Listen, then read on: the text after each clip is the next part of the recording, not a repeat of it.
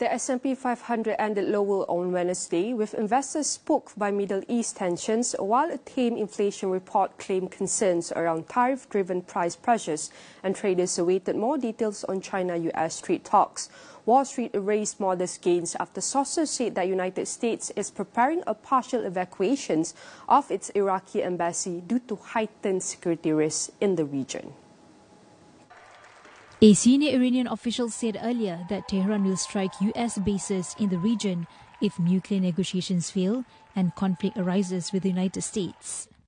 It's clearly a market that wants to look through the short-term, whether it's exhausted or not, but it wants to look through short-term noise and stick with the long-term fundamentals. And the fact is the fundamentals keep coming through solidly. You know, people thought we'd see more inflation out of today's CPI report, and it's not being passed on. I think companies are either stocked up, they're figuring out how to absorb some of it, or they understand that consumers have had it with inflation, and so there's a big risk to passing it on. Amazon and Nvidia declined following recent gains, and they weighed on the S&P 500.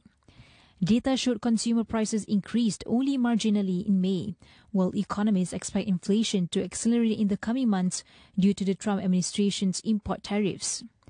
Annually, headline inflation stood at 2.4% lower than the 2.5% rise estimated by economists polled by Reuters. A day after officials from Washington and Beijing agreed on a framework to put their tariff truce back on track, President Donald Trump said the U.S. deal with China was done, with Beijing to supply magnets and rare earth minerals.